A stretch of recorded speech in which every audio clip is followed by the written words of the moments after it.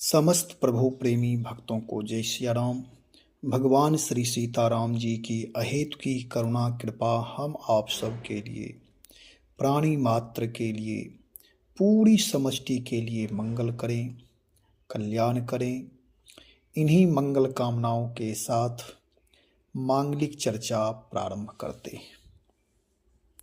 इस जगत में सत्य क्या है और असत्य क्या है, क्या करना चाहिए, क्या नहीं करना चाहिए। जब ऐसा बोध हो जाता है तो व्यक्ति विवेकी बन जाता है। फिर वह व्यक्ति संसार में कहीं भी रहे, आनंद ही आनंद होगा। सार तत्व को, सारांश को समझे बिना कुछ हाथ नहीं लगता। जीवन का सार तत्व क्या है, इसे समझना है। यदि ये समझ में नहीं आया तो जीवन व्यर्थ है। इसके बिना जीवन में कभी प्रसन्नता नहीं आ सकती। और यदि जीवन में समझ आ गया, समझ मतलब वास्तविक समझ, सत्य समझ, सत्य का बोध यदि हो जाए तो फिर कहीं कोई दिक्कत परेशानी है ही नहीं।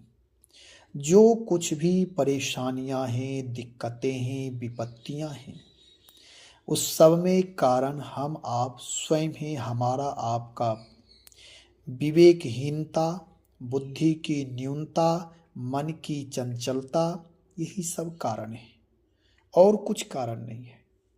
परमात्मा सबके प्रति दया भाव, करुणा भाव रखता है। भगवान कभी किसी को दंड नहीं देते। गोस्वामी जी कहते हैं, देखो मेरी दृष्टि में, भक्ति की दृष्टि में मनुष्य जीवन की सार्थकता है राम प्रेम। राम प्रेम मतलब राम जी परमात्मा हैं और परमात्मा से ही निकले हुए सारे शास्त्र, सारे तत्व, सारे भौतिक चिंतन, सारी चीजें जो भी सृष्टि में जहाँ तक हैं वह सब परमात्मा से ही निकले हुए। इसलिए राम प्रेम नाम सत्य प्रेम, सच्चिदानंद का प्रेम, पंच भौतिक तत्व को समझने का प्रेम, आदि आदि धर्म प्रेम, सनातन प्रेम, जो भी कह ले। सगुण उपासक लोग परमात्मा यानी भगवान कहेंगे।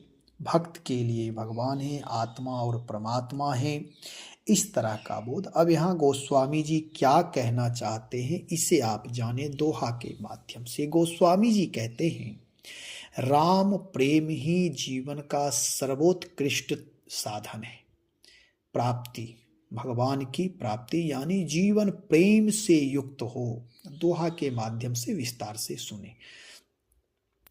जाय कहब कर तूति बिनु, जाय जोग बिन क्षेम, तुलसी जाय उपाय सब, बिना राम पद प्रेम।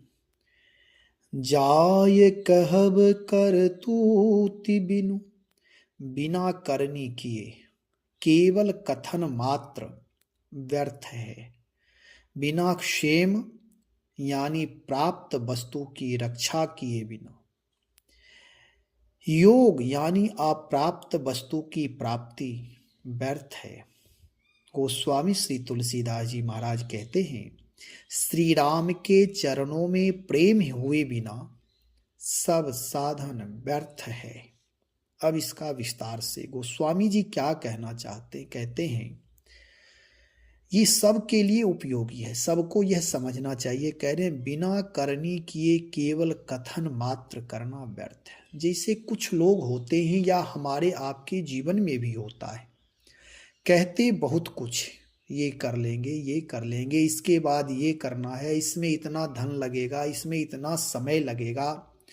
बहुत सारे लोग मन से, वाणी से, व्यवहार में अपने कर्तृत्व का बोध कराते हैं कि मेरे पास यह समर्थता है, मैं कुछ भी कर सकता हूं, लेकिन क्रियात्मक रूप में कुछ दिखाई नहीं देता। क्रियात्मक रूप में जो करना चाहिए, केवल कथनी कथनी से काम नहीं चलता है, उसके लिए कर्तव्य भी करना पड़ेगा। वही गोस्वामी जी कहते हैं, केवल कहना कहना वह मानो जाय नाम व्यर्थ है, उसका कोई मूल्य नहीं है। उतना ही कहें जितना कह सके, ऐसा जीवन होना चाहिए। कहें कम करें ज्यादा, नहीं तो लोक पक्ष में वह व्यक्ति निंदनीय हो जाता, उसके शब्दों का मूल्य कम हो जाता, उसका व्यक्तित्व कमजोर हो जाता है। यही नुकसान होता है। केवल कह ही ऐसे लोग केवल कहते हैं, करते कुछ नहीं है। जो केवल कहने कहने में ही लगा रहता है, उसकी कर्तव्य शक्ति न्यून पड़ जाती है, क्योंकि कहने वाला व्यक्ति अपनी ऊर्जा का ह्रास करता है केवल कहने में, इसलिए उसकी दैवी संपदा कमजोर हो जाता है। अब यहाँ कह रहे हैं गोस्वामी श्री तुलसीदास जी महाराज कि जैसे बिना करनी किए यानी बिना कर्तव्य किए, जैसे कोई विद्यार्थी है, उससे कहा जाए कि भैया पढ़ लो आप, परीक्षा नजदीक है। अब वह कहने लगे माता पिता से कि अरे कोई बात नहीं है, चलो 2-4 दिन में ही मैं याद कर लूँगा, मुझे तो याद ही है सब। और जब परीक्षा का समय नज़दीक आता है, वह फ्लॉप हो जाता है। क्यों? क्योंकि एक तो उसे स्वयं कर्तव्यनिष्ठ होना चाहिए था, अपने कर्तव्य के ऊपर ख्याल रखना चाहिए था कि मेरा कर्तव्य पढ़ना है, परीक्षा है, मुझे पढ़ना ही चाहिए। लेकिन वह स्वयं निर्णय नहीं ले पाया। निर्णय भी ले सकता था, उसके अंदर वह समर्थता थी, लेकिन उसका प्रमाद, उसका आलस्य अथवा बहिर्मुखी विचार उसे कह सकते हैं, जो उसे सत्य काम में, सही काम में लगने नहीं दिया। जो उसका स्वधर्म था, वह स्वधर्म करने नहीं दिया। फिर परमात्मा की प्रेरणा से माता पिता ने प्रेष किया। माता पिता ने कहा कि बेटा पढ़ लो, समय नज़दीक है, परीक्षा देने जाना है तुम्हें, अब कम समय बचा है, अध्ययन कर लो, पढ़ लो, याद कर लो। लेकिन फिर भी ख्याल नहीं दिया, केवल कहते रह गया, क्रिया नहीं किया, जिसका परिणाम क्या होगा? परीक्षा में फेल हो जाएगा। और जब परीक्षा में फेल हो जाएगा तब फिर सिर धुनी धुनी पछताए, फिर देवता का दोष देगा कोई अपने, तब वह सबको कोसने लगता है, सबको बदनाम करने लगता है, सबका दोष देने लगता है। और गोस्वामी जी कहते हैं कि एक तो ये हुआ कि जाय कहब करतूत बिन, और अब कह रहे हैं जाय जोग बिन क्षेम। इस लाइन को ठीक से समझे, वो क्या कह रहे हैं? बिना क्षेम, क्षेम कहते हैं प्राप्त वस्तु की रक्षा। बिना क्षेम के योग नाम अप्राप्त वस्तु की प्राप्ति व्यर्थ है। जैसे किसी एक क्षेत्र में आप काम किए हैं, उससे आपको कुछ प्राप्त हुआ है, ठीक है, उस प्राप्त वस्तु की रक्षा करते हुए यदि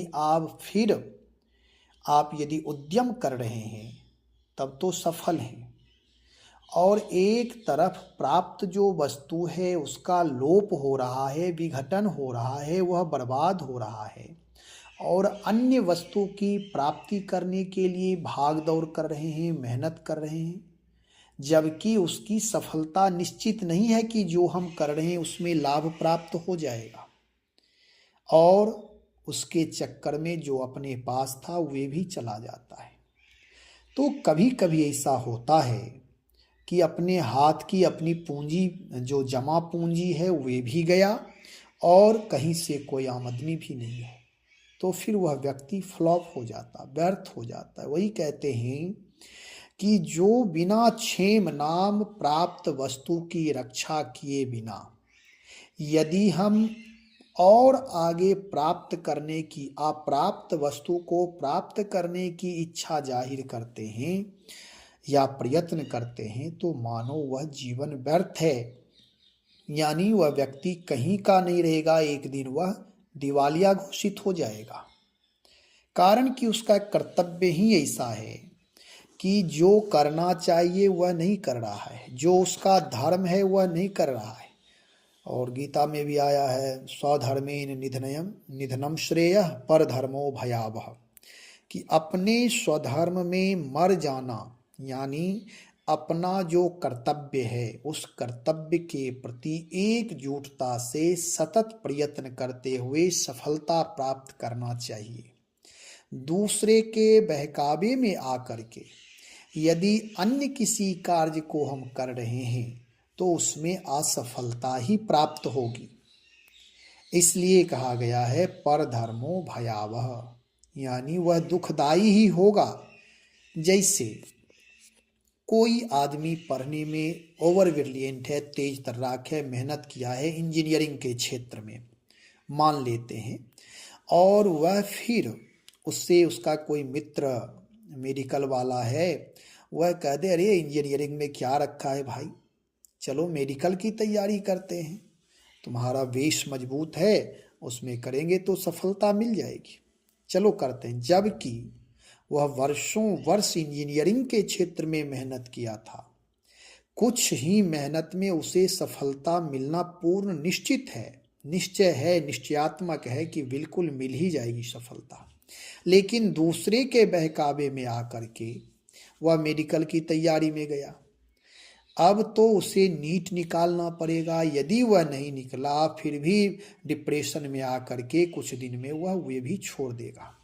अब उसका जीवन ना इधर का रहा ना उधर का रहा। जो इंजीनियरिंग क्षेत्र में वह सफलता प्राप्त किया वे भी हाथ से गया, और उधर भी जो मेडिकल की तैयारी में धन व्यय हुआ, समय बर्बाद हुआ, जीवन में सफलता भी हाथ नहीं लगी। तो हमारे पास पहले प्राप्त वस्तु की रक्षा करना धर्म है, यही विवेक है, बुद्धिमत्ता है, और तब फिर उद्यम करना चाहिए। व्यक्ति को उद्यमी होना चाहिए, परिश्रमी होना चाहिए, सतत उद्यम करते रहना चाहिए। हाथ पर हाथ रखकर बैठना धर्म नहीं है, वो अधर्म हो जाएगा। लेकिन विवेक पूर्ण यदि उद्यम करते हैं तब हमारे जीवन में सफलता मिलती है।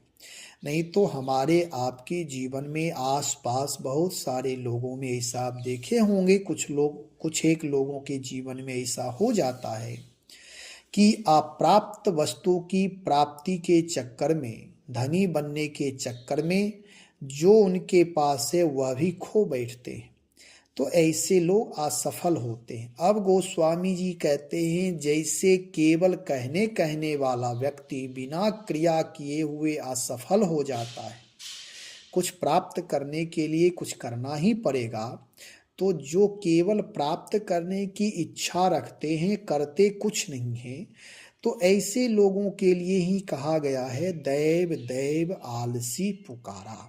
केवल देवता की प्रधानता देते हैं और अपनी दैवी शक्ति का सदुपयोग नहीं करते। ऐसे लोग आलसी, प्रमादी, निंदनीय व्यक्ति होता है, और बिना कर्म किए हुए फल की प्राप्ति वह असफल है, उसे कभी प्राप्त नहीं हो सकता। और जो बिना व्यवस्थित अपने जीवन किए हुए अन्य चीजों की प्राप्ति में रहता है वह भी असफल ही माना जाएगा। और ये तो जीवन की बात है, लेकिन गोस्वामी श्री तुलसीदास जी महाराज कहते हैं कि भैया हो सकता है कभी कभी बिना कर्म किए हुए भी कुछ मिल जाता हो, ऐसा होता होगा, किसी को फ्री में ही कुछ प्राप्त हो जाता है। और कुछ लोग ऐसे हैं जो पर्याप्त वस्तु की रक्षा किए बिना अपर्याप्त की तलाश में ही, हो सकता है उन्हें भी कुछ मिल जाए, संभव नहीं है लेकिन हो सकता है। लेकिन गोस्वामी जी कहते तुलसी जाए उपाय सब, बिना राम पद प्रेम। यदि परमात्मा के चरणों में प्रेम नहीं है, भगवान श्री राम के चरणों में प्रेम हुए बिना सब साधन व्यर्थ है। भक्ति के नाम पर बहुत सारे साधन करते हैं, बहुत सारे उपाय करते हैं, अथवा अपने कर्म क्षेत्र में आप पूर्ण सफल होना चाहते हैं, सारी सफलता प्राप्त हो जाए, जितने भी जो कर्म हैं, धन कमा लें, विद्वान बन जाए, ज्ञानी बन जाए, सब काम कर लें, लेकिन यदि हृदय में प्रेम नहीं है, जीवन में विनम्रता नहीं है, जीवन में शीलता नहीं है, तो वह सारी चीजें व्यर्थ है। सारे ज्ञान, सारे ध्यान, सारी तपस्या, योग, जप सब व्यर्थ है। वो स्वामी जी कहते हैं, राम प्रेम के बिना सब व्यर्थ है। यह जन्म ही व्यर्थ हो जाएगा। और राम जी को केवल राम ही केवल प्रेम प्यारा, परमात्मा को केवल हृदय प्रेम वाला हृदय चाहिए। किसी किसी व्यक्ति का हृदय पाषाणवत होता है, कठोरता, क्रूरता, अज्ञानता से युक्त होता है। गोस्वामी जी कहते हैं कि मुझे ऐसा हृदय नहीं चाहिए हमारे राम जी को। हमारे राम जी को द्रवीभूत हृदय, मक्खन से भी कोमल चाहिए हृदय। संतों का हृदय ऐसा होता है और भक्तों के जीवन में ऐसा होता है। भक्त लोग सदा कोमल हृदय के होते हैं। यहाँ कह रहे राम प्रेम बिना सब व्यर्थ है। राम प्रेम नाम उस परमात्मा के अस्तित्व को स्वीकार किए बिना सब व्यर्थ है। दूसरा भाव ये है कि जीवन में सारे स्वार्थ की सिद्धि हो जाने के बाद पहले आत्मनिर्माण किए बिना कुछ संभव नहीं है। आत्मनिर्माण के साथ साथ यदि जीवन को हम परमार्थ के लिए समर्पित कर दें, तभी जीवन की सार्थकता है। वही राम प्रेम है। परम तत्व परमात्मा के चरणों में पूर्ण समर्पण, तब लोक और परलोक दोनों की सिद्धि होगी। बहुत सारे लोग ऐसे हैं जो लोक की सिद्धि तो पूर्णता से करते हैं। उन्हें लगता है जैसे शास्त्रों का अध्ययन कर लेने से, धन कमा लेने से लोक की मेरी सिद्धि हो गई, प्रतिष्ठा, पद आदि की प्राप्ति होने से। लेकिन यह लोक सिद्धि नहीं है। पद प्रतिष्ठा पर विराजमान होने के बाद मेरा क्या जीवन है, यह देखना है। क्या मेरे इस पद पर बैठने से, कुर्सी पर बैठने से समाज का भला हो पाया? यदि ज्ञान अर्जन क्या, तो क्या इस ज्ञानार्जन से मैं समाज को कुछ दे पाया? क्या मेरा जीवन वास्तव में शीलवान, विनम्र, ईमानदार, सत्यनिष्ठ है? आज तो पद पर लोग बैठते हैं तो बड़े बड़े अपराध करते हैं। पद के अहंकार में आकर के अपने जीवन को कुकृत्य से जोड़ लेते हैं। इसलिए वह पद उनके मद का कारण, अहंकार का कारण, फिर उनके पतन का कारण होता है। अकर हो जाती है जीवन में, अहंकार हो जाता है जीवन में। कहने का मतलब यह है कि यदि आप पद प्रतिष्ठित हैं, अच्छी बात है, आपका पुरुषार्थ, परिश्रम सार्थक हुआ। लेकिन अब सार्थकता तब है जब इससे हम सेवा करें, तब वह राम प्रेम हो जाएगा। यदि जिस सेवा में हमारी जो जिम्मेदारी है, यदि उस जिम्मेदारी का पूर्णता से विनम्रता पूर्वक निर्वाह करते हैं, तब तो सार्थक है। फिर जीवन सत्य की ओर जाएगा। यदि स्वधर्म ते विरति जोगते ज्ञाना कहा गया, यदि धर्म से ठीक ठीक प्रकार धर्म का पालन करें तो जीवन सार्थक हो जाएगा। यदि पद पर विराजमान होने के बाद वर्तमान में जो नाना प्रकार के आरोप लग रहे हैं पदाधिकारियों को, जीवन कलंकित हो रहा है, फिर भी उन्हें शर्म नहीं आती है। पैसे कमाने के चक्कर में अपने बेटे को, बहू को, परिवार को कलंकित कर रहे हैं, फिर उन्हें शर्म नहीं आती। ऐसे लोग राष्ट्र के लिए कलंकित हो जाते हैं, राष्ट्र को कलंकित करते हैं, स्वयं अपने परिवार को, लेकिन लज्जा हो तब तो लज्जा नहीं आती है। बड़े बड़े घोटालेबाज सब बड़े बड़े पद पर बैठे हुए हैं और अन्याय के द्वारा धनार्जन करते हैं। ऐसे लोग, भले कोई लोग ना जान पाए, लेकिन परमात्मा की दृष्टि, पूरी सृष्टि में परमात्मा की कैमरा है। उस कैमरे में आपका पूरा जीवन कैद हो रहा है। उसका कर्म फल तो भुगतना ही पड़ेगा। जैसे आपके पुण्य का परिणाम आपकी संतान है, आपके बेटा बेटी है, ऐसे ही जो लोग चोरी चमारी बेईमानी ठगी घूसखोरी करते हैं, दूसरों को कष्ट देते, प्रताड़ित करते, अपमान करते हैं, इन पापों के परिणाम उनके संतान पर पड़ता है। उनके संतान इससे प्रभावित होते, दुष्प्रभावित होते और भोगना पड़ता है। इसलिए जीवन का परम धर्म गोस्वामी जी कहते हैं, भैया राम प्रेम यदि हो गया, भगवान के चरणों में भक्ति हो गई और भक्ति से जीवन में सरलता, विनम्रता, करुणा, प्रेम, दया, आदर, सबके प्रति करुणा भाव, यही भक्ति का सार है। इसलिए अपने जीवन को सत्य की यात्रा पर ले चलें। सारे कर्तव्य करते हुए अपनी दिनचर्या में ईमानदारी, शुचिता, पवित्रता का निर्वाह करते हुए बेईमानी, असत्य, आलस्य, प्रमाद का परित्याग करते हुए सत्य की यात्रा करें। सत्य की दृढ़ नौका में बैठ करके सत्य के उड़ान सत्य के द्वारा भरें। अपने जीवन को ऊर्ध्वगामी बनाएं, जिससे कि निष्कलंक जीवन हो और आप किसी से नज़र में नज़र मिलाकर बात कर सकें। और यदि आपका जीवन करुणा, प्रेम, दया से परिपूर्ण हो जाएगा तो लोक और परलोक दोनों की सिद्धि होगी।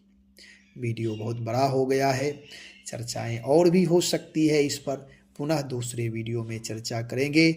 भगवान नाम का सतत जप करें। सेवा, सुमिरन और सहयोग, ये तीनों से जुड़े रहें।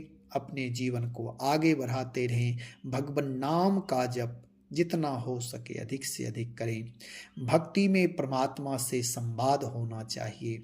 कुछ समय निकालकर परमात्मा से संवाद भी करें और प्राणी मात्र के प्रति करुणा भाव रखें। श्री राम जय जय राम, श्री राम जय जय राम।